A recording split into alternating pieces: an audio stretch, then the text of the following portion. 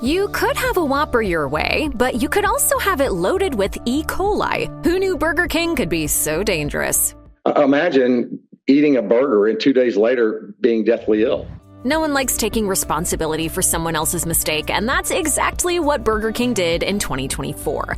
After the onions on McDonald's Quarter Pounders were linked to an E. coli outbreak, their supplier Taylor Farms recalled the problematic produce. By then, 104 people in 14 states were infected and 1 person died. While almost everyone who got sick had recently eaten McDonald's, Burger King pulled fresh Taylor Farms onions from its own menus just to be safe. Luckily for BK, this recall only extended to 5% of its restaurants.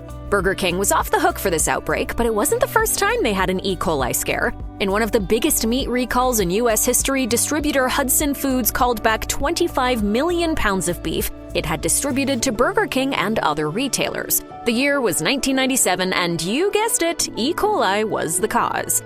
Over 1,600 Burger King locations were affected by the recall across 28 states. While most stores were able to restock beef from other suppliers quickly enough to keep slinging burgers, 700 locations weren't so lucky. Some stores had to post signs stating they only had chicken, fish, pork, and fries available, while others resorted to serving BLTs and ham sandwiches to make up for the shortage. Burger King was Hudson Foods' biggest beef buyer, and this turned out to be the last straw for their relationship. The year before, Hudson Foods had accidentally sent out beef infected with Staphylococcus bacteria, so they were already on thin ice with their best customer. In 1998, Hudson Foods and 2 of its employees were indicted on federal charges for the E. coli scare, but they were eventually acquitted. While BK's burger-related woes were over, it had several more recalls in its future. In 2012, Burger King recalled prepackaged apple slices issued by Missa Bay for potential Listeria monocytogenes contamination. The recall was issued after the bacteria was discovered on some equipment used to process the apples. And it wasn't just Burger King that felt the effects. Almost 300,000 products were distributed to several grocery stores and McDonald's locations across 36 states.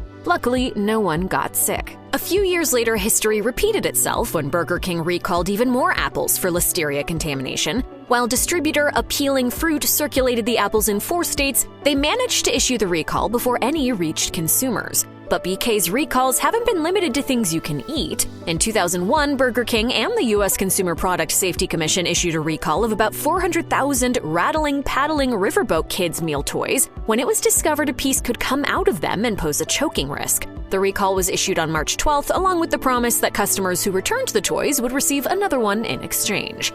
A few months later, BK's Hourglass Space Sprout and Look For Me Bumblebee kids' meal toys were also recalled for posing choking hazards. But what might be the most infamous BK recall came a few years before that. In late 1999, Burger King launched a promo featuring plastic Pokeball toys filled with little prizes. The chain handed out over 25 million of these with kids' meals, and the promotion was so popular that many stores ran out. Burger King had to apologize to the kids who missed out, but things turned tragic when a 13-month-old girl suffocated after part of the ball covered her nose and mouth. You might think that would be enough to remove the toys from stores, but it wasn't until another child nearly died the same way that Burger King finally issued a recall in January 2000. The ball may pose a suffocation hazard to children under 3. Throw the ball away or return it to Burger King.